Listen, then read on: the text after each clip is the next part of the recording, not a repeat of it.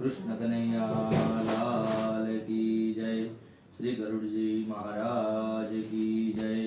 श्रीमन नारायण नारायण नारायण श्रीमन नारायण नारायण नारायण लक्ष्मी नारायण नारायण नारायण लक्ष्मी नारायण नारायण नारायण भजमन नारायण नारायण नारायण भजमन नारायण नारायण नारायण वेद नारायण नारायण नारायण वेद नारायण श्रीमन नारायण नारायण नारायण श्रीमन नारायण नारायण नारायण सूर्य नारायण नारायण नारायण सूर्य नारायण नारायण नारायण चंद्र नारायण नारायण नारायण चंद्र नारायण नारायण श्रीमन नारायण नारायण नारायण श्रीमन नारायण नारायण नारायण बद्री नारायण नारायण नारायण बद्री नारायण नारायण नारायण भजमन नारायण नारायण नारायण भजमन नारायण નારાયણ નારાયણ કૃષ્ણ કનૈયા લાલ કી। આમાં બીજી ધૂન પણ આવે છે, પણ એક જ ભગવાનની નારાયણની ધૂન બોલીએ એટલું વધારે ફળ પ્રાપ્ત આપણને થાય અને ભગવાનનું નારાયણનું એટલું નામ લેવાય। એટલા માટે આપણે એક જ ધૂન બોલાવીએ છીએ, નકર ઘણી બધી ધૂન બોલાવી શકાય, પણ આપણે એક જ ધૂન એટલા માટે રાખી છે કે ભગવાનનું જેટલું નારાયણનું નામ લેવાય એટલું એમનો મોક્ષ પ્રાપ્ત થાય અને ભગવાન વૈકુંઠમાં એમનો વાસ થાય। એટલા માટે નારાયણનું નામ લઈએ છીએ। આગળ વધીએ। કાલ સુધી આપણે ગરુડ પુરાણજીના 10 અધ્યાય સુધીનું શ્રવણ કર્યું। આજે 11મો અધ્યાય। ગરુડજીએ પૂછ્યું છે કે હે કેશવ, હવે મને 10 ગાત્ર કર્મની વિધિ કહો। એ કરવાથી કયું પુણ્ય મળે છે અને જો મરનારને પુત્ર ન હોય તો આ ક્રિયા કોણે કરવી, આ બધું જ મને કહો। ત્યારે ભગવાને જવાબ આપ્યો કે હે ગરુડ સાંભળો, હું તમને 10 ગાત્રની વિધિ જણાવું છું, જે કરવાથી સત્પુત્ર પિતાના ઋણથી મુક્ત થઈ જાય છે। પુત્રે શોક છોડી અને સત્વગુણી થઈને ધૈર્ય ધારણ કરી પોતાના પિતાનું પિંડદાન કરવું। આંસુ ન પાડવા, બાંધવો દ્વારા વહાવવામાં આવતા લીંટ અને આંસુ એ પ્રેતે ખાવા પડે છે, તેથી શોકના કારણે નકામું રડવું નહીં। મનુષ્ય ભલે હજારો વર્ષ સુધી રાત દિવસ શોક કરે છતાં પણ મૃત્યુ પામેલો માનવી કદી પણ દેખાવાનો નથી। જેનો જન્મ થયો છે એનું મોત અવશ્ય થાય છે, અને જે મર્યો છે એનો જન્મ અવશ્ય થાય છે। તેથી અનિવાર્ય આવાગમન માટે વિદ્વાને કદાપી શોક ન કરવો। દેવી અથવા માનુષી એવી કોઈ જ વિધિ નથી કે જેનાથી મરેલો મનુષ્ય સજીવન થઈને પાછો આવે। મોતનો જો કોઈ ઉપાય હોત તો રાજા નળ, રામચંદ્રજી અને યુધિષ્ઠર દુઃખથી મુક્ત ન થાત। મનુષ્ય શરીર થકી હુંપણાનું અભિમાન રાખે છે, છતાં પણ તેનું શરીર તેને છોડી દે છે, તેથી બીજા જનનો સહવાસ રહેશે તેમ માનવું નહીં।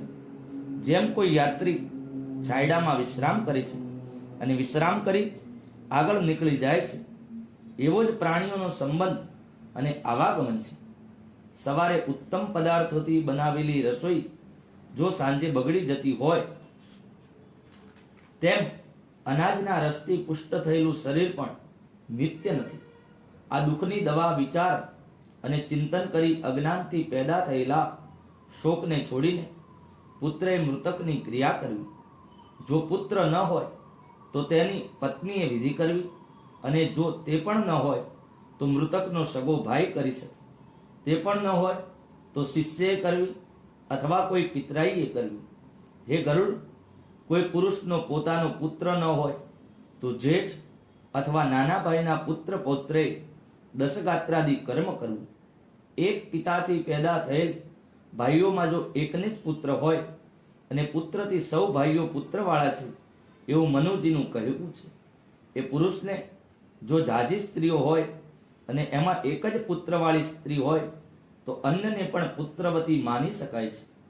જો બધા જ ભાઈઓ પુત્ર વિનાના હોય તો મિત્ર પિંડદાન આપી શકે છે, પરંતુ ક્રિયાનો લોપ થવો ના જોઈએ. અને જો મિત્ર પણ કદાચ ન હોય તો પુરોહિત એટલે કે બ્રાહ્મણ પણ પિંડદાન કરી શકે છે. જે સ્ત્રી કે પુરુષ પોતાના ઇષ્ટમિત્રની ક્રિયા કરે છે તો તેમને અનાથ પ્રેતના સંસ્કાર કરવાના કારણે કોટી યજ્ઞોનું ફળ મળે છે. જેમ કે આગળના એક અધ્યાયમાં આપણે બભ્રુવાહન નામના રાજાની પ્રેત થયા હતા અને એમની રાજાએ ક્રિયા કરી હતી અને એમને મુક્તિ મળી હતી. એ આખ્યાન આપણે સાંભળ્યું છે. હે ગરુડ, પુત્રએ પિતાનું દશગાત્ર કર્મ કરવું જોઈએ. મોટા પુત્રના અવસાન પર અતિ સ્નેહ હોવા છતાં પિતાએ દશગાત્ર ન કરવું. જો ઘણા પુત્રો હોય તો એકની પાસે જ આ વિધિ કરાવવી. એ પછી દશગાત્રાદિ કર્મ તથા બીજા શ્રાદ્ધ પણ એકે જ કરવા. ધનના ભાગલા પડ્યા હોય છતાં પણ એક જ પુત્રે ક્રિયા કરવી.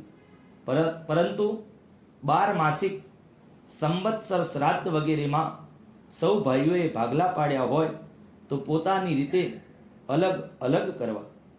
સૌથી મોટા પુત્રે ભક્તિપૂર્વક દશગાત્ર કર્મ કરવું. દશગાત્ર કર્મ વખતે રોજ એક જ વાર જમવું, જમીન પર પથારી કરવી, શુદ્ધ રહેવું તથા બ્રહ્મ ધ્યાનમાં લીન રહેવું. 7 વાર પૃથ્વીની પ્રદક્ષિણા કરવાથી જે ફળ મળે છે એ ફળ માતા પિતાની ક્રિયા કરવાથી પુત્રને મળે છે. દશગાત્ર કર્મના આરંભથી જ્યાં સુધી વર્ષી વાળે ત્યાં સુધી જે પુત્ર આ સકળ ક્રિયાઓ કરે છે તેને ગયાજી શ્રાદ્ધનું ફળ મળે છે. હવે દશગાત્રાખ્ય કર્મની વિધિ કહું છું, તે સાંભળો. કૂવો, તળાવ, બગીચો, તીર્થમાં અથવા તો દેવાલયમાં જઈ મધ્ય પ્રહરે કોઈ મંત્ર વગર સ્નાન કરવું.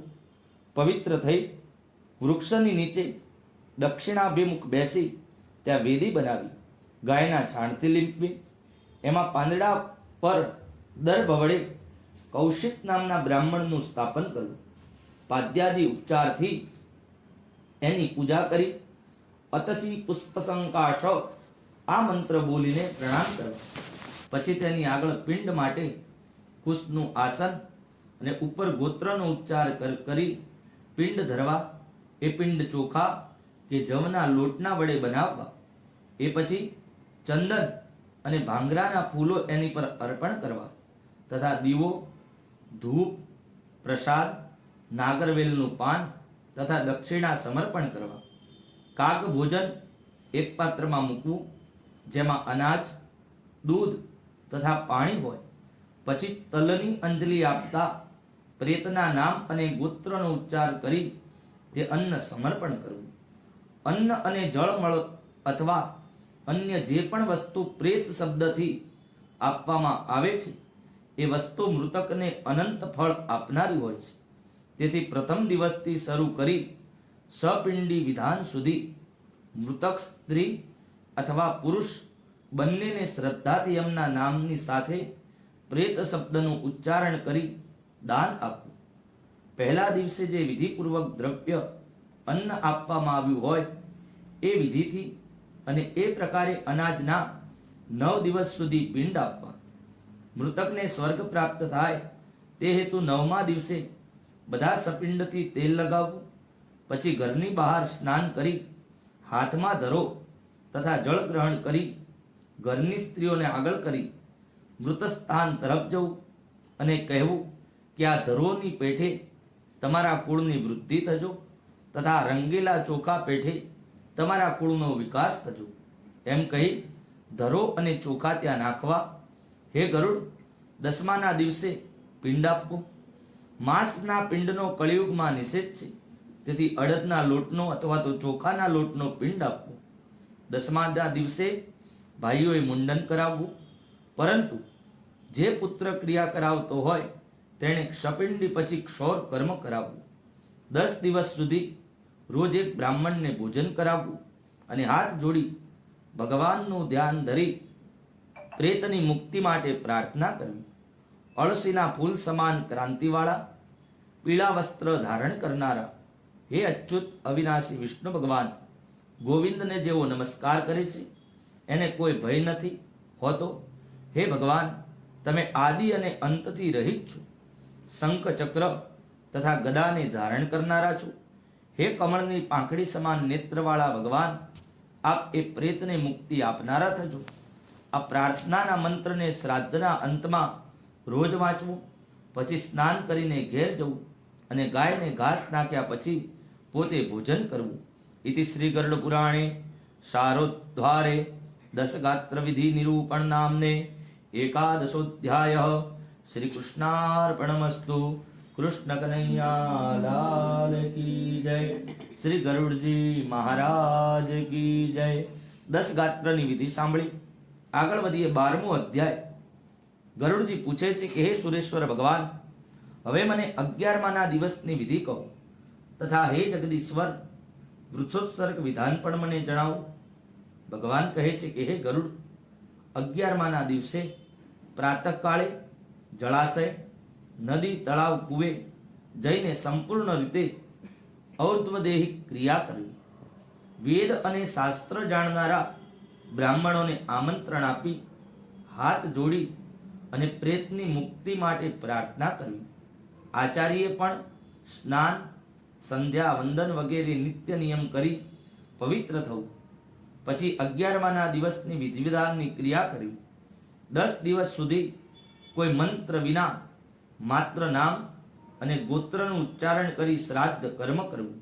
પરંતુ 11માના દિવસે મંત્ર બોલીને પિંડદાન કરવું.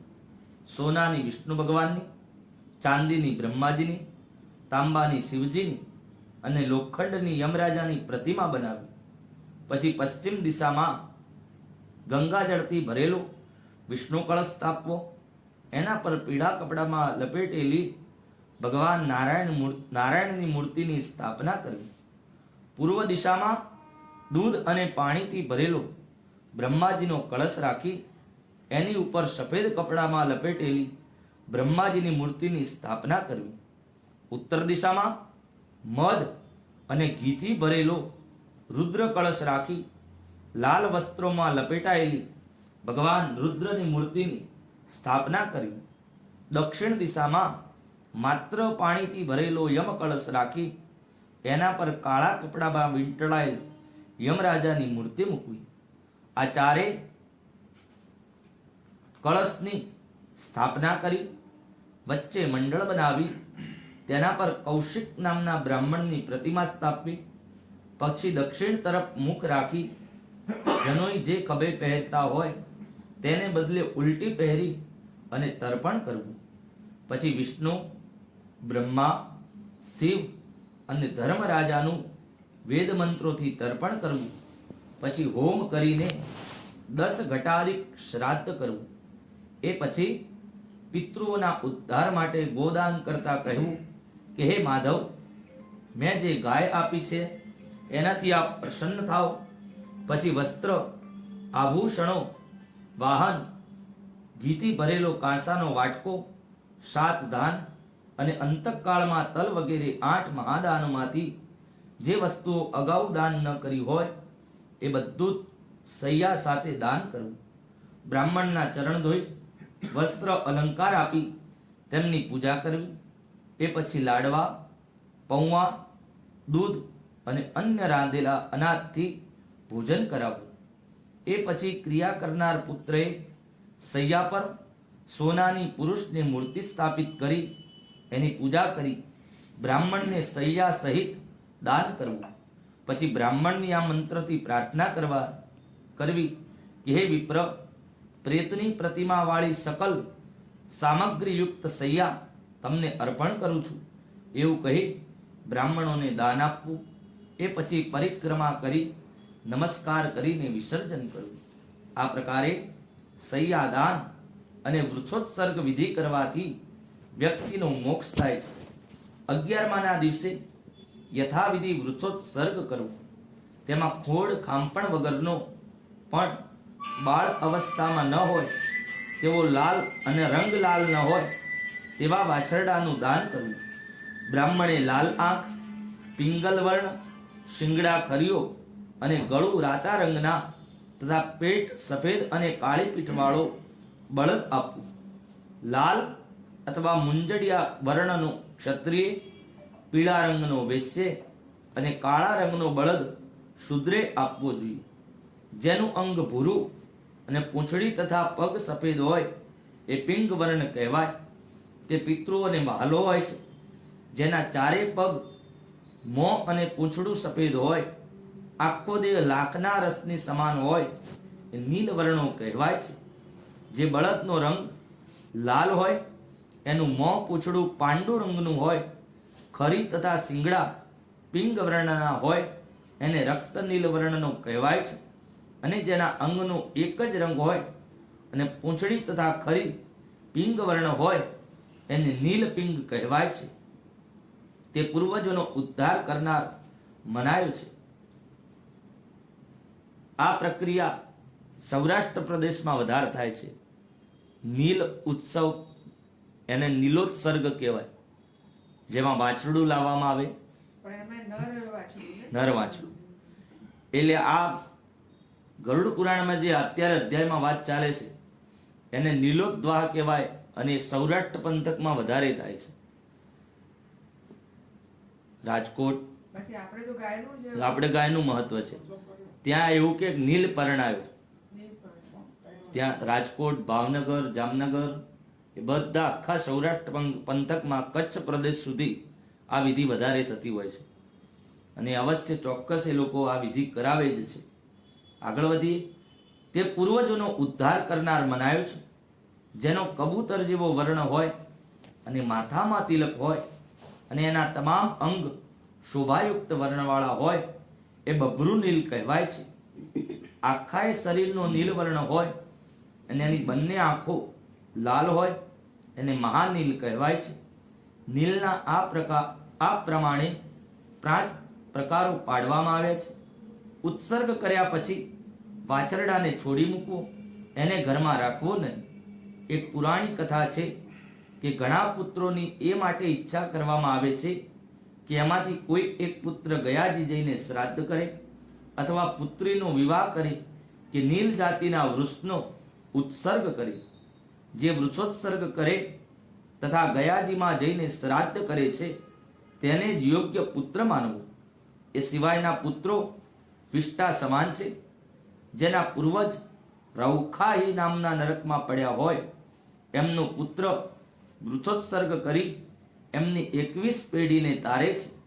સ્વર્ગમાં ગયેલા પિતૃઓ પણ વૃક્ષોત્સર્ગની અપેક્ષા રાખે છે કે અમારા વંશમાં કોઈ વંશજ આવું વૃક્ષોત્સર્ગ કર્મ કરે જેથી અમને સૌને મુક્તિ મળે. તેથી પિતૃઓની મુક્તિ માટે વૃક્ષોત્સર્ગ યજ્ઞ અવશ્ય કરવો જોઈએ. પિતૃઓની મુક્તિ માટે યત્ન સાથે શાસ્ત્ર વિધિથી વૃષયજ્ઞ કરાવવો.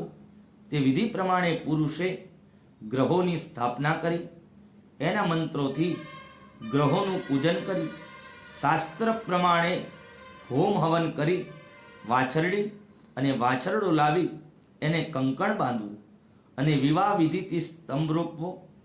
રુદ્રકુંભના જળથી વાછરડા અને વાછરડીને સ્નાન કરાવી ચોખા અને ફૂલોથી પૂજા કરી એની પ્રદક્ષિણા કરવી.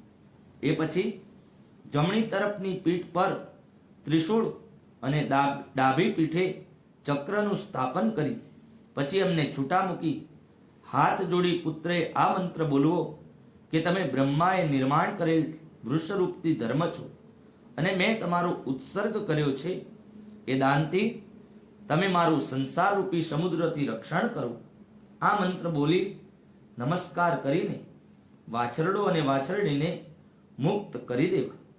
ભગવાન કહે છે કે આ રીતનું કર્મ કરનારને હું સદાય વરદાન આપી પ્રેત એટલે કે મૃતકનો મોક્ષ આપું છું. તેથી હે ગરુડ, આ વૃષોત્સર્ગ કર્મ અવશ્ય કરવું જોઈએ, જેનું જીવતે જીવ ફળ મળી જાય છે. અને જે પુત્ર રહિત હોય તે પણ વૃષોત્સર્ગ કરીને સુખેથી પરમ ગતિને પામે છે. કારતક આદિ શુભ મહિનામાં ઉત્તરાયણનો સૂર્ય થાય ત્યારે શુક્લ અથવા કૃષ્ણ વદ પક્ષમાં બારસ વગેરે જેવી તિથિઓ તથા સૂર્ય અને ચંદ્રમાના ગ્રહણમાં પુણ્ય તીર્થોમાં બંને ઉત્તરાયણ અને દક્ષિણાયન અયનોમાં બંને વ્રતોમાં વિષુપ સંક્રાંતિઓમાં આ વૃષોત્સર્ગ કર્મ કરવું જોઈએ. શુભ મુહૂર્ત અને શુભ લગ્નમાં પવિત્ર દેશ જોઈને સ્વસ્થ અંતઃકરણથી શુભ લક્ષણથી સંપન્ન અને કર્મ જ્ઞાન જાણનારા વિદ્વાન બ્રાહ્મણને બોલાવીને જપ, દાન અને હોમ હવન કરીને દેહને પવિત્ર કરવું અને અગાઉ વર્ણવી છે એવી તમામ વિધિઓ કરી શાલિગ્રામ સ્થાપીને વૈષ્ણવ શ્રાદ્ધ કરવું. પછી આત્મશ્રાદ્ધ કરીને બ્રાહ્મણોને દાન આપવું. હે ગરુડ, પુત્રવાળો હોય કે પુત્ર વિનાનો હોય, જો આ પ્રકારે વૃક્ષોત્સર્ગ કરે છે તો તે વૃક્ષોત્સર્ગથી મનવાંછિત ફળ મળે છે. જે ગતિ વૃક્ષોત્સર્ગથી પ્રાપ્ત થાય છે એ ગતિ અગ્નિહોત્ર વગેરે યજ્ઞોથી અને જુદા જુદા પ્રકારના દાનોથી પણ મળતી નથી. બાલ્ય અવસ્થામાં, કુમાર અવસ્થામાં તથા યુવાની અને ગડપણમાં કરવામાં આવેલા તમામ પાપો વૃક્ષોત્સર્ગ કર્મથી નાશ પામે છે, એમાં કોઈ સંદેહ નથી. મિત્રદ્રોહી, કૃતજ્ઞ, દારૂ પીનારો, ગુરુની પત્નીની સાથે ગમન કરનારો, બ્રહ્મ હત્યાનો પાપી અને સોનું ચોરનારો વગેરે પાપીઓ જો વૃક્ષોત્સર્ગ કર્મ કરે તો તે થકી મુક્ત થાય છે. તેથી મનુષ્યએ તમામ પ્રયત્નોથી વૃક્ષોત્સર્ગ યજ્ઞ કરવો જોઈએ. હે ગરુડ, ત્રણેય લોકમાં વૃક્ષોત્સર્ગ જેવું કોઈ પુણ્ય નથી. પતિ અને પુત્રની આગળ જે સ્ત્રી મૃત્યુ પામે એના માટે આ વૃક્ષોત્સર્ગ ન કરવું. એના સ્થાને ઘણું દૂધ આપતી ગાય આપવી. હે ગરુડ, જે માનવી સાંઢને ખભેથી બાંધી કે પીઠથી જોડીને હળ હાંકે છે તે નરકમાં પડે છે.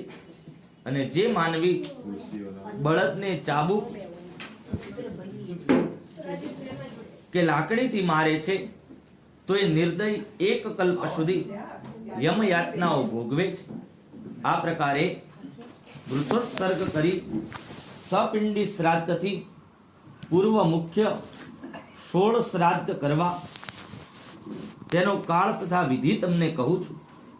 એક મૃતકના સ્થાનમાં, બીજું ઘરના મોટા બારણામાં, ત્રીજું અડધા રસ્તે, ચોથું ચિતા પર, પાંચમું સબના હાથમાં, છઠ્ઠું અસ્થિ સંચય શ્રાદ્ધમાં પિંડ આપવું અને 10 દિવસ સુધી એવી રીતે જ પિંડ આપવા. પ્રથમ શ્રાદ્ધ તથા 16 શ્રાદ્ધને મલિન કહે છે. હવે 16 માનું બીજું શ્રાદ્ધ કહું છું.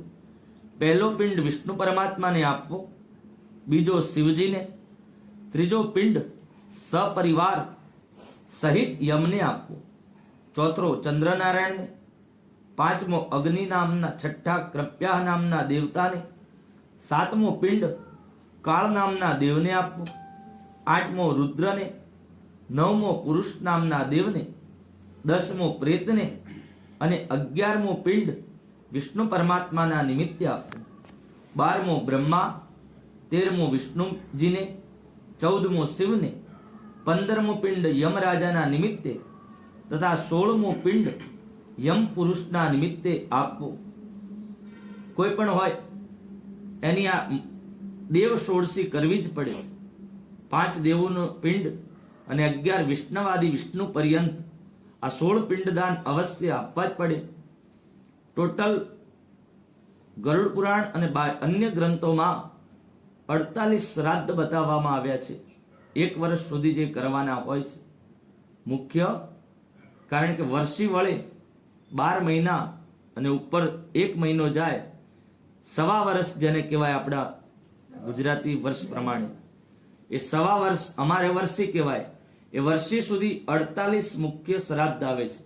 અને 3 વર્ષે 2 ભાદરવા જાય અને 3જા ભાદરવે પાછું ભેળવવાની વિધિ આવે છે. એ 3 વર્ષે ભાદરવાના આ તિથિ યાદ રાખી અને ભેળવવાની વિધિ કરીએ ત્યારે એમનો બીજે જન્મ થાય. અત્યારે ઘણા સમયના લીધે, ઘણું ધન મળવાના લીધે ઘણો સમય નથી હોતો અને કોઈ પણ મારે આ આસન ઉપર બોલાય નહીં, પણ છતાં પણ લોકો ગીતાજી પણ બેસાડતા નથી, ગરુડ પુરાણ પણ કરાવતા નથી અને બાપુજી પાછળ કોઈ પણ ક્રિયા પણ કરાવતા નથી. અત્યારે આ ચાલે છે આવું બધું કે અમે તો ગાયને ઘાસ આપી દીધું એક ખટારો ભરીને અને અમારા બાપુજીનો મોક્ષ થઈ ગયો.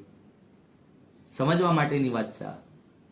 કોઈને આપણે દોષ આપતા નથી, પણ આ 48 શ્રાદ્ધ ના કરીએ, 3 વર્ષ સુધી ભેળવીએ નહીં, ત્યાં સુધી એમની ગતિ થાય નહીં. પછી શું થાય તો કે બાપુજી ખેતરમાં નાગ સ્વરૂપે દેખાયા હતા અને ચાણુજી નારાયણ બલી વિધિ કરવી પડશે. વિધિ જ કરવી પડે ને. કોઈ પણ વસ્તુ છે જે પ્રોપર કરવામાં આવે તો ચોક્કસ એનું ફળ પ્રાપ્ત થાય. આપણને ભૂખ લાગી છે તો જમવું જ પડે, તો ભૂખથી જ પેટ સંતોષ થાય અને આપણી અંદરની ક્ષુધા તૃષા શાંત થાય. ભૂખ લાગી છે, બોલાય નહીં, પણ તાવ આવ્યો હોય માથાની ગોળી લે કરીએ તો તાવ જાય નહીં. એટલે કહેવાનું તાત્પર્ય કોઈની પણ પાછળ, મૃત્યુ પાછળ એ ચોક્કસ બધી વિધિ થવી જોઈએ. તો મરનારનો ચોક્કસ પરમાત્મા, વિષ્ણુ પરમાત્મા મોક્ષ કરાવે છે અને આવનારા આપણા જીવનમાં સુખ, સંપત્તિ અને આખા પરિવારને આશીર્વાદ એ પિતૃઓ આપતા હોય છે. કારણ કે મનુષ્યએ 3 ઋણમાંથી મુક્ત થવાનું હોય છે. એક દેવ ઋણ, જે આપણે રોજ પૂજા કરીએ છીએ ભગવાનની મંદિરમાં, એટલે દેવોના ઋણમાંથી મુક્ત થઈએ. એક દેવ ઋષિ, જે ઋષિના સંતાન છે, એ ઋષિના ઋણમાંથી પણ મુક્ત થવું જોઈએ. અને ત્રીજું આવે પિતૃ ઋણ, જેના લીધે આપણને સંપત્તિ, નામ, મોભો, પ્રતિષ્ઠા આ બધું જ પિતૃઓની કૃપાથી જ પ્રાપ્ત થાય છે. પૂર્વજન્મેષુ યા વિદ્યા, પૂર્વજન્મેષુ યા ધનમ, પૂર્વજન્મેષુ યા પિતૃ તત્ પૂર્વ કલ્પયતે. કહેવાનું તાત્પર્ય કે પૂર્વ જન્મના સંચિત કર્મોના લીધે આપણને બીજો જન્મ પ્રાપ્ત થાય છે. અને બીજા જન્મમાં અત્યારે આપણે કાચું ખાઈ રહ્યા, વાસી ખાઈ રહ્યા છીએ અને કાચું રાધી રહ્યા છીએ. આ શબ્દ સમજજો. વાસી એટલે પૂર્વ જન્મનું છે, ભોગવી રહ્યા છીએ અને આગલા જન્મની પૂર્વ તૈયારીઓ કરી રહ્યા છીએ. એટલે વાસી મળ્યું છે અને કાચું રાંધવાનું છે. અત્યારે જે જે કર્મ કરીએ છીએ કાચું કરીએ છીએ કે આગલા જન્મ માટે આપણને કામ ભાથું બાંધી રહ્યા છીએ. આગળ વધીએ. હે ગરુડ, આ શ્રાદ્ધના તત્વને જાણનારા મધ્યમ ષોડશક કહે છે. 12 મહિના સુધી દર માસે માસિક શ્રાદ્ધ કરવું, તે ઉપરાંત પર્વ, તહેવાર અને 1 પખવાડી, 3 પખવાડિયા અને 1 ન્યૂન ક્ષાણ માસિક ન્યૂનાબ્દિક મળીને 16 શ્રાદ્ધ કરવા. આ પ્રકારે 16 શ્રાદ્ધોની ઉત્તમ ષોડશી તને કહી. હે ગરુડ, 11માના દિવસે ચોખાનો પિંડ આપી શ્રાદ્ધ કરવું. અગાઉ 48 શ્રાદ્ધ કહેવાયા એ પ્રેતપણાનો નાશ કરનારા છે. જેનું શ્રાદ્ધ વિધિપૂર્વક થાય છે તે પ્રેતત્વ થકી મુક્ત થઈ પંક્તિમાં પ્રવિષ્ટ, એટલે ભળવું મળવું થાય છે. પિતૃઓની પંક્તિમાં પ્રવેશ માટે એ 48 શ્રાદ્ધ કરવા. આ શ્રાદ્ધ ન થવાથી પ્રેતપણું કાયમ રહે છે. જ્યાં સુધી આ 3 શ્રાદ્ધ કરવામાં આવતા નથી ત્યાં સુધી એણે આપેલું અથવા તો બીજાના દ્વારા અપાયેલ પ્રેતને મળતું નથી. તેથી પુત્રે 16 શ્રાદ્ધ અવશ્ય કરવા. સ્ત્રી પોતાના પતિનું શ્રાદ્ધ કરે તો તેને અનંત ફળ મળે છે. જે સ્ત્રી પોતાના મરેલા પતિનું ઔર્ધ્વદેહિક કર્મ તથા પ્રત્યેક વર્ષે શ્રદ્ધાદિ કર્મ કરે તો તેને હું સતી જ કહું છું.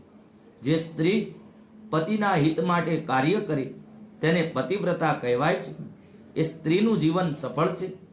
જે તેના મરેલા પતિનું કાયમ સ્મરણ કરી તેના માટે જીવે છે. જો કોઈ આત્મહત્યા કરીને અથવા તો અગ્નિ કે જળમાં ડૂબીને મૃત્યુ પામ્યો હોય તો તેની નારાયણ બલિ વગેરે ક્રિયાઓ કરવી. પરંતુ સાપના કરડવાથી વ્યક્તિ મૃત્યુ પામે તો બંને પક્ષો વદ સુદની પાંચમે નાગદેવની પૂજા કરવી. માટી અથવા લોટની સાપની મૂર્તિ બનાવવી. એ મૂર્તિને પૃથ્વી પર મૂકી સફેદ ફૂલ, ધૂપ, દીપ અને ચંદનથી એની પૂજા કરી ચોખા અને તલ ચડાવવા. એ પછી કુલેરનું નૈવેદ્ય કરી દૂધ અર્પણ કરવું. શક્તિ હોય તો સોનાનો નાગ, સાપ અને ગાયનું દાન બ્રાહ્મણને કરવું.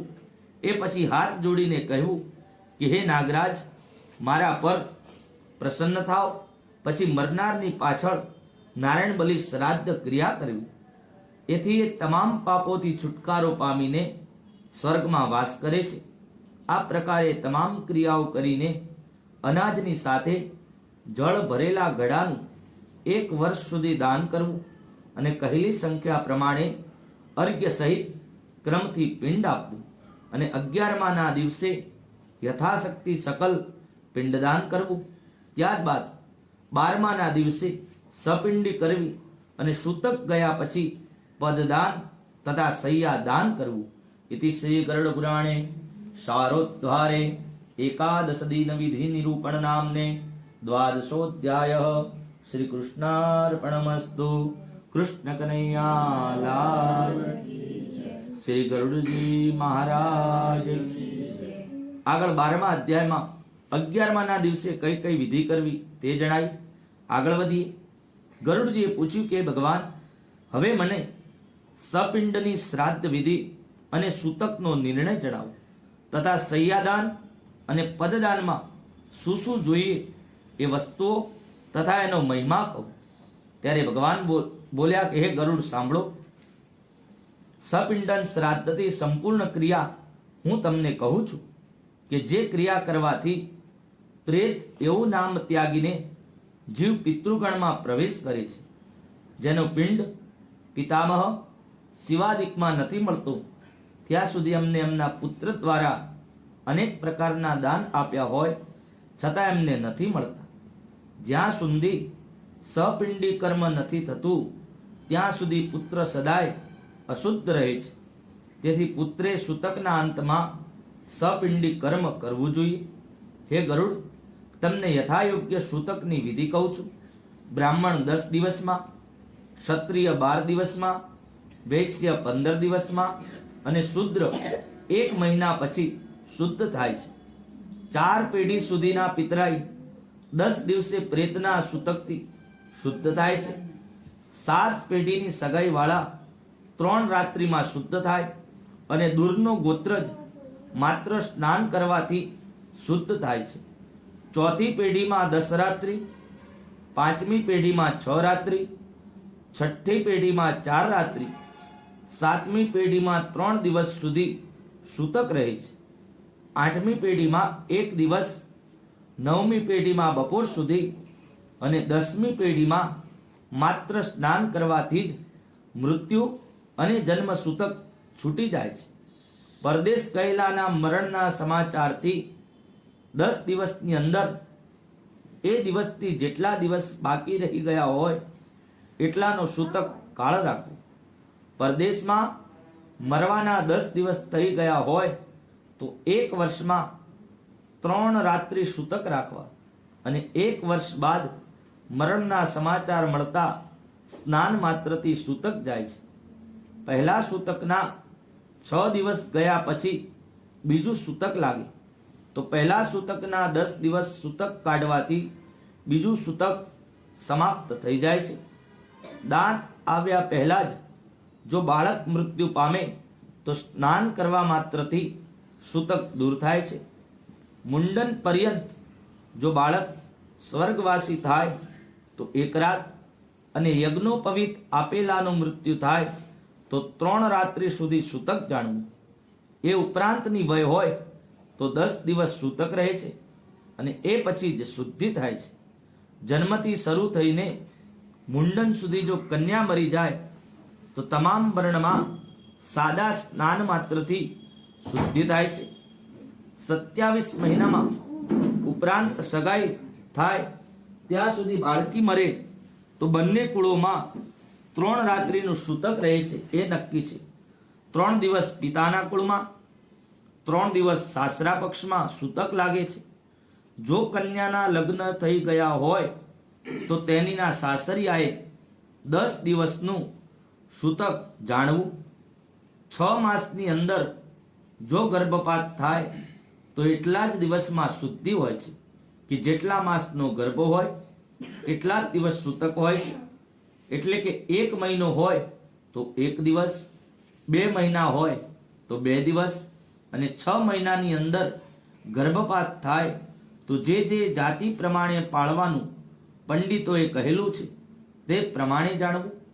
પિતરાઈઓને ગર્ભપાતનું અશૌચ નથી લાગતું. કળિયુગ પ્રમાણે શાસ્ત્રનો નિયમ છે કે તમામ વર્ણોના જન્મ સૂતક અને મરણ સૂતકમાં 10 દિવસે જ શુદ્ધિ થાય છે. આ દરમિયાન 10 દિવસ આશીર્વાદ, દેવની પૂજા, ક્યાંય જવાનું, અભિવાદન, પથારીમાં સૂવાનું, કોઈને અડવાનું ટાળવું, અર્થાત આ બધું સૂતક દરમિયાન ન કરવું. આ ઉપરાંત સંધ્યા, પાઠ, દાન, જપ, હોમ, હવન, વેદ વાંચવા, પિતૃઓનું તર્પણ, બ્રાહ્મણ ભોજન, વ્રત, ઉપવાસ આ તમામ ક્રિયાઓ મૃતકના સૂતકમાં ન કરવી. સૂતક દરમિયાન જે લોકો નિત્ય, નૈમિતિક અને કામ્ય કર્મો કરે છે એવા પૂર્વ કરેલા નિત્ય, નૈમિતિક વગેરે બધા કર્મો નાશ પામે છે. વ્રત કરનારાને, મંત્રોથી પવિત્ર થયેલાને, અગ્નિહોત્રને તથા બ્રહ્મનિષ્ઠ ગૃહસ્થને, યતિને તથા રાજાને કદી સૂતક લાગતું નથી. વિવાહ, ઉત્સવ અને યજ્ઞમાં મરણ સૂતક પહેલા રંધાયેલા ભોજનનો ઉપયોગ કરવામાં અડચણ નથી એવું ભગવાન મનુજીએ કહ્યું છે. સૂતકથી અજાણ વ્યક્તિ જો અન્ન ખાય તો તેનો દોષ લાગતો નથી, અથવા તો જન્મ અને મરણનું સૂતક જાણવા છતાં જે સૂતકમાં અન્ન ગ્રહણ કરે છે એ દોષનો ભાગી બને છે. મરણનું સૂતક હોય છતાંય જે આપે છે તે દાતા દોષનો ભાગી બને છે. મરણનું સૂતક હોવા છતાંય એ વાત છુપાવીને અનાજ આપે છે, અને જે બ્રાહ્મણ જાણી જોઈને લે છે એ બંને દોષના ભાગીદાર બને છે. તેથી પુત્રે સૂતકની શુદ્ધિ માટે પિતાનું સપિંડન શ્રાદ્ધ કરવું. એ પછી એ પિતા પિતૃગણોના પિતૃલોકમાં જાય છે. 12મા દિવસે, 45મા દિવસે, 6 મહિનાના અંતે અથવા વર્ષના અંતે સપિંડીકરણ કરવાનું ઋષિઓએ કહ્યું છે. હે ગરુડ, ધર્મ તથા શાસ્ત્ર પ્રમાણે 4 વર્ણના લોકોએ 12માના દિવસે સપિંડીની કર્મ કરવું. કળિયુગમાં ધર્મની અનિત્યતાથી પુરુષની વય ઓછી થતી જાય છે. શરીર સ્થિર રહેતું નથી. તેથી 12મા દિવસે સપિંડીની કર્મ કરવું યોગ્ય છે. જનોઈ, ઉત્સવ, વિવાહ અને લગ્ન જેવી વિધિઓ ઘરમાં કોઈના મરણ પછી અમુક દિવસો સુધી થતી નથી. જ્યાં સુધી સપિંડન થતું નથી ત્યાં સુધી યાચક ભિક્ષા લેતો નથી. બલિ, વૈશ્વદેવ અને નિત્યના દૈનિક સેવા પૂજાના કાર્યો બધું જ સ્થગિત થઈ જાય છે. કર્મના લોભથી એ જીવ વિઘ્નકાર થાય છે. તેથી સપિંડીની કર્મ 12માના દિવસે અવશ્ય કરાવવું. જે ફળ તમામ યજ્ઞોમાં, તમામ તીર્થોમાં છે એ ફળ 12માના દિવસે સપિંડીની કર્મ કરવાથી મળે છે. તેથી સ્નાન કરી મરણના સમયે ગાયના છાણથી ભૂમિ લીંપી અને શાસ્ત્રમાં બતાવ્યા પ્રમાણેના વિધાનથી પુત્રે સપિંડન કરવું. પાદ્ય, અર્ઘ્ય, આચમન વગેરેથી વિશ્વદેવોની પૂજા કરવી. પિતૃઓને અન્ન આપી જળથી આચમન કરાવવું. વસુ, રુદ્ર અને સૂર્ય સ્વરૂપ ધારણ કરનાર પિતામહને યથાક્રમથી 3 પિંડ આપી ચોથો પિંડ મૃતકને આપવું. પછી એ પિંડોનું ચંદન, તુલસીના પાન, ધૂપ, દીવો, ઉત્તમ જમણ, પાન, ઇલાયચી, વસ્ત્ર અને દક્ષિણાથી પૂજન કરવું. એ પછી જે પિંડ મૂક્યો હોય તેને સોનાની સળીથી અથવા તો ચાંદીના તારથી 3 ભાગ કરવા. એમાંનો એક ભાગ પિતામહના પિંડમાં મેળવવું. તે પિંડની સાથે માતાનો પિંડ મેળવવું અને સાથે સાથે પિતાનો પિંડ મેળવવું. હે ગરુડજી, આ મારો મત છે. પિતાના મૃત્યુ પર જો દાદાજી જીવતા હોય તો તેણે પ્રપિતામહની પેઠે 3 પિંડ આપવા. પિતાના પિંડના 3 ભાગ કરી પ્રપિતામહ વગેરેના 3 પિંડોમાં ક્રમશઃ ભેળવી દેવા. માતાનું મરણ થયું હોય અને જો દાદી જીવતા હોય તો માતૃશ્રાદ્ધમાં પિતાના પિંડ જેવી જ વિધિ કરવી. અર્થાત પરદાદા, વૃદ્ધ પરદાદા વગેરેને 3 ભાગ આપી એમની સાથે માતાના પિંડમાં 3 ભાગ કરી એમાં ક્રમથી ભેગા કરવા. અથવા તો માતાનું પિંડ મેલન મહાલક્ષ્મીમાં કરવું અને પિતાનું પિંડ મેલન વિષ્ણુ ભગવાનમાં કરવું. પુત્ર રહિત સ્ત્રીનું સપિંડીકરણ તેના પતિએ કરવું. સ્ત્રીની સાસુ સાથે મેળવીને એનું સપિંડીકરણ કરવું. સ્ત્રીનું સપિંડીકરણ ભરતા, પતિ વગેરે 3ની સાથે ભેળવી કરવું. હે ગરુડ, જો કે એમાં મારી સંમતિ નથી. હે ગરુડ, જે સ્ત્રી પુરુષ બંને એક જ ચિતા પર ચડીને ભસ્મીભૂત થયા હોય તો સસરા વગેરે એ તેમની વચમાં તૃણ રાખીને એ સતીનું સપિંડન કરવું. એક જ પુત્રે પહેલા પિતાનું પિંડદાન કરવું, પછી ફરી સ્નાન કરી અને માતાનું પિંડદાન કરવું. પતિના મર્યા પછી જો સતી સ્ત્રી 10 દિવસની અંદર અગ્નિમાં પ્રવેશ કરે તો એના પતિની સાથે સૈયાદાન અને સપિંડીકરણ કરવું. હે ગરુડ, સપિંડીકરણ કરીને પછી પિતૃતર્પણ કરવું. વેદના મંત્રોની સાથે સ્વધા શબ્દનું ઉચ્ચારણ કરવું. બાદમાં હંત શબ્દનો ઉચ્ચાર કરી અતિથિને ભોજન કરાવવું. એનાથી પિતૃઓ, મુનિ, દેવ અને દાનવ સૌ તૃપ્ત થાય છે. 1 ગ્રાસ કોળીઓ બરાબર ભિક્ષા થાય છે. 4 કોળિયાનો 1 પુષ્કલ થાય અને 4 પુષ્કલ બરાબર 1 હંતકાર હોય છે. સપિંડી શ્રાદ્ધમાં ચંદન, અક્ષતોથી બ્રાહ્મણોના ચરણોની પૂજા કરવી અને પિતૃઓની અનંત અક્ષય તૃપ્તિ માટે બ્રાહ્મણને વર્ષભર માટે જીવિકા, ઘી, અનાજ, સોનું, ગાય, ઘોડો, હાથી, રથ અને જમીન આ બધું દાનમાં આપવું. આ એટલા માટે દાન લખેલું છે કે પહેલાના રાજાઓ બધું આ દાન કરતા હતા અને એ વખતે સોનાની કોઈ કિંમત હતી નહીં. એક બાજુ સોનાનો ઢગલો હોય, એક બાજુ માટીનો ઢગલો હોય તો બંનેની એક જ સમાન કિંમત હતી. એટલા માટે બ્રાહ્મણોને હંમેશા દાન આપવામાં સોનું આપવું જોઈએ. પણ એ અત્યારે આ કળિયુગમાં બધું શક્ય છે નહીં. કહેવાનો તાત્પર્ય સોનાના દાનથી પિતૃઓ તૃપ્ત થાય છે, અનાજથી તૃપ્ત થાય છે. 8 દાન આપણે જે પહેલા સાંભળ્યા પૂર્વમાં, 7 ધાન્ય, એમાં કપાસ, જવ, મગ, લોખંડ, તલ બંને પ્રકારના એ 8 મહાદાન કરવાથી પણ પિતૃઓની મુક્તિ મળે છે. કુમકુમ, અક્ષત અને નૈવેદ્ય આપી નવગ્રહો, દેવી અને વિનાયકનું પૂજન કરવું. એ પછી આચાર્ય મંત્ર સહિત અભિષેક કરવો. હાથમાં રક્ષાસૂત્ર બાંધી મંત્રથી પવિત્ર કરેલા અક્ષત યજમાનના હાથમાં આપવા અને જુદા જુદા પ્રકારે ઉત્તમ મીઠાઈથી બ્રાહ્મણને ભોજન કરાવવું. એ સાથે એમને દક્ષિણા સાથે અનાજ અને જળ સહિતના 12 ગડા આપવા. બ્રાહ્મણ ભોજન પછી 4 વર્ણના લોકોએ બ્રાહ્મણે જળ, ક્ષત્રિય હથિયાર, વેશ્યે પ્રતોદ એટલે ચાબુક અને શૂદ્રે દંડનો સ્પર્શ કરવાથી તેઓ શુદ્ધ થાય છે. આ પ્રકારે સપિંડન ક્રિયા કરીને વસ્ત્રોનો ત્યાગ કરવો અને સફેદ વસ્ત્ર ધારણ કરીને સૈયાદાન કરવું. આ સૈયાદાન આપવાથી ઇન્દ્ર વગેરે દેવો પણ તેના વખાણ કરે છે. તેથી સ્વહસ્તે અથવા મૃત્યુ પછી પુત્રએ સૈયાદાન કરવું જોઈએ.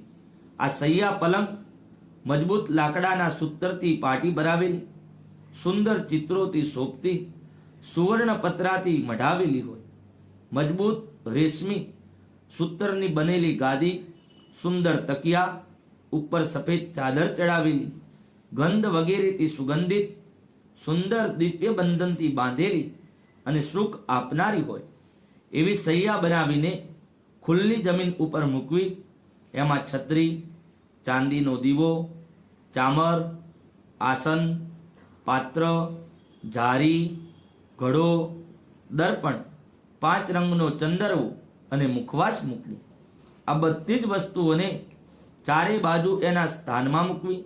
એમાં સોનાની લક્ષ્મીજી સહિત વિષ્ણુજીની મૂર્તિ મૂકવી. એ મૂર્તિને આભૂષણો, ગદા તથા ચક્ર જેવા હથિયારો અને વસ્ત્રોથી શણગારવી. પછી સૌભાગ્યવતી સ્ત્રીઓને સૈયા પર બેસાડી વસ્ત્ર અલંકાર વગેરે આપવા. ત્યાર પછી પત્ની સાથે બ્રાહ્મણનું પૂજન કરી તેને સોનાના કુંડળ, વીંટી, કંઠી તથા અંગરખું, ધોતી, જોટો અને પાઘડી આપવી.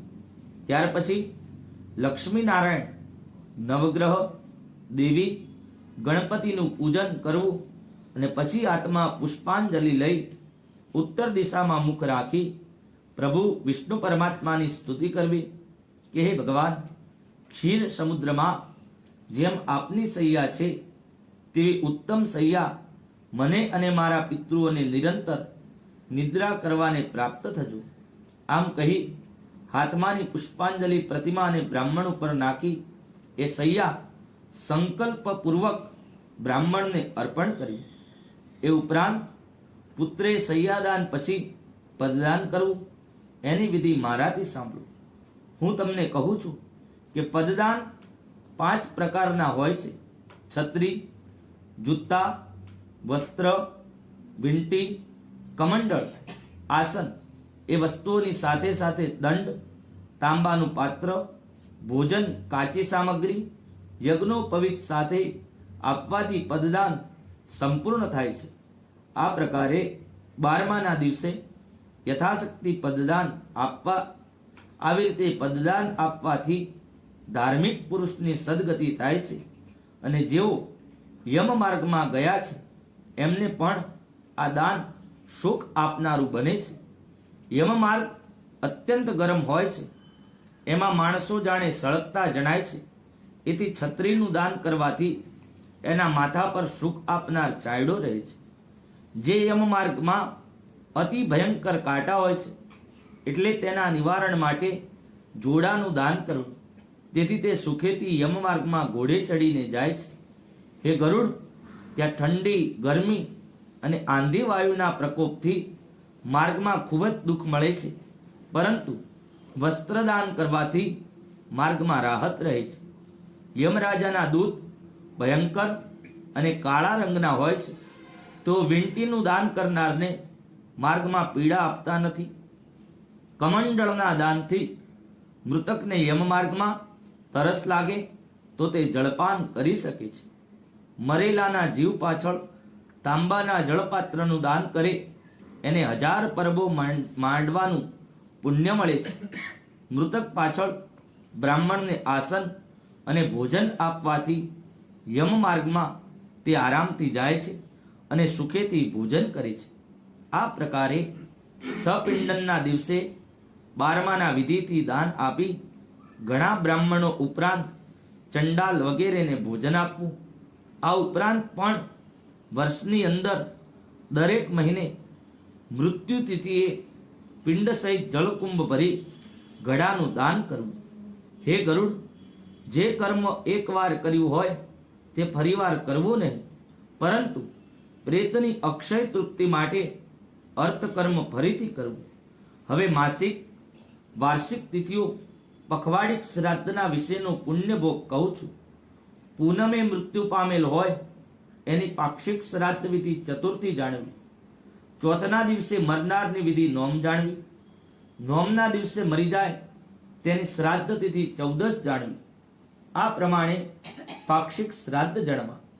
જ્યારે એક જ માસમાં 2 સંક્રાંતિ હોય ત્યારે બંને મહિનાનું શ્રાદ્ધ મળમાસ એટલે કે અધિક માસમાં કરવું 1 મહિનામાં, અને જો 2 મહિના આવે તો 2 મહિનાનું કૃત્ય 1 મહિનામાં જ કરવું. પ્રથમ તિથિના અર્ધમાં પ્રથમ માસનું અને બીજી તિથિના અર્ધમાં બીજા માસનું કૃત્ય કરવું. આ પ્રમાણે પંડિતોએ મળમાસમાં અધિક માસમાં વિચાર કરવો જોઈએ. હે ગરુડ, અધિક માસ હોય તો પણ સપિંડીકરણ કરવું. તેવી રીતે માસિક શ્રાદ્ધ અને પ્રથમ વાર્ષિક શ્રાદ્ધ પણ તે માસમાં જ કરવા. મરણ પામ્યાથી તે વર્ષો સુધીમાં કદાચ મળમાસ આવે તો મરનારના ઉદ્દેશથી 1 વર્ષની અંદર જે કર્મ કરવાના હોય તે શુદ્ધ મહિનામાં કરવા. મળમાસમાં બીજો માસ આવે તો તે મળમાસની મરણ તિથિ નિષ્ફળ જવા ન દેતા તે દિવસે માત્ર બ્રાહ્મણોને ભોજન કરાવી શુદ્ધ માસમાં સપિંડક શ્રાદ્ધ કરવું. આ રીતે કરેલા બધા શ્રાદ્ધો કરી સંવત્સર પૂર્ણ થાય એટલે વાર્ષિક શ્રાદ્ધ કરવું. એમાં બ્રાહ્મણોને ભોજન કરાવવું. સંવત્સરના ઉપરાંત શ્રાદ્ધમાં 3 પિંડ સદાય કરવા જોઈએ. 11 ન કરનારો પુત્ર પિતૃઘાતક મનાયો છે. વાર્ષિક શ્રાદ્ધ કર્યા વગર તીર્થ શ્રાદ્ધ, ગયા શ્રાદ્ધ, ગ્રહણમાં શ્રાદ્ધ અને યુગાદિ તિથિઓમાં શ્રાદ્ધ ન કરવું જોઈએ. હે ગરુડ, પુત્રે જ્યારે ગયામાં શ્રાદ્ધ કરવું હોય તો વર્ષ પછી પિતૃભક્તિથી કરવું. ગયા શ્રાદ્ધ કરવાથી પિતૃઓ ભવસાગરથી છૂટે છે અને ગદાધરના અનુગ્રહથી તેઓ પરમ ગતિને પામે છે. તુલસીની માંજરથી વિષ્ણુ પરમાત્માના ચરણ પાદુકાનું પૂજન કરી અનુક્રમે પિંડ આપવા.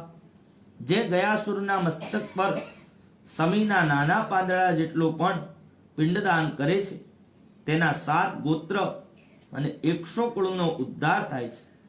કુળને આનંદ આપનારો જે પુરુષ ગયામાં જઈને પિંડદાન કરે છે તે પિતૃઓને સંતુષ્ટ કરનારો કહેવાય છે અને એનો જન્મ સફળ મનાય છે.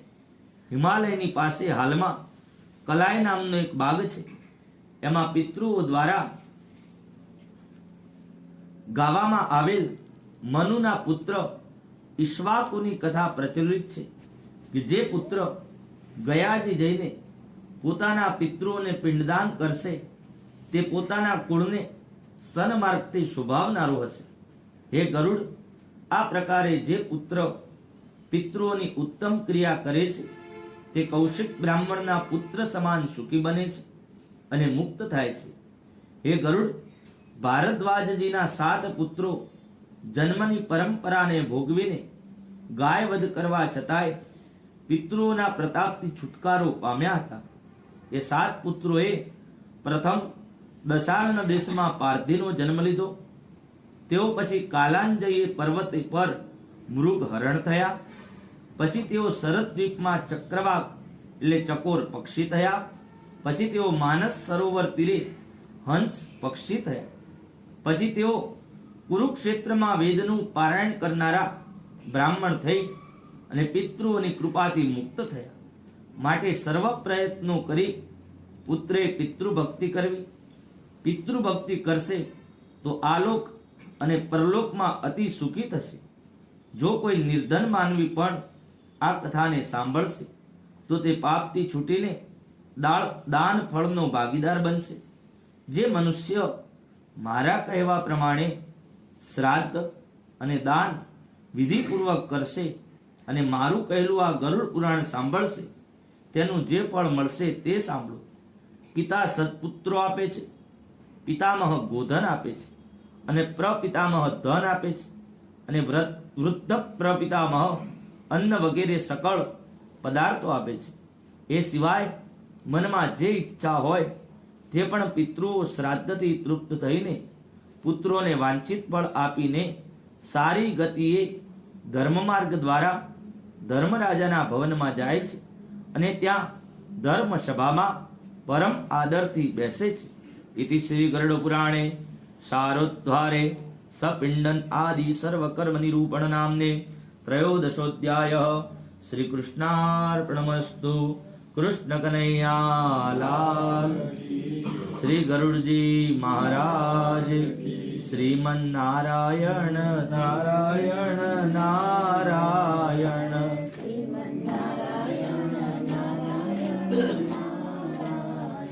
શ્રીમન નારાયણ નારાયણ નારાયણ. શ્રીમન ભજમન નારાયણ નારાયણ નારાયણ. ભજમન નારાયણ. શ્રીમન નારાયણ નારાયણ નારાયણ. શ્રીમન લક્ષ્મી નારાયણ નારાયણ નારાયણ. લક્ષ્મી વેદ નારાયણ નારાયણ નારાયણ. વેદ નારાયણ. બદ્રી નારાયણ નારાયણ નારાયણ. બદ્રી શ્રીમન નારાયણ નારાયણ નારાયણ. શ્રીમન શ્રીમન નારાયણ નારાયણ નારાયણ. શ્રીમન નારાયણ. કૃષ્ણ કનૈયા લાલ. શ્રી ગરુડજી મહારાજ.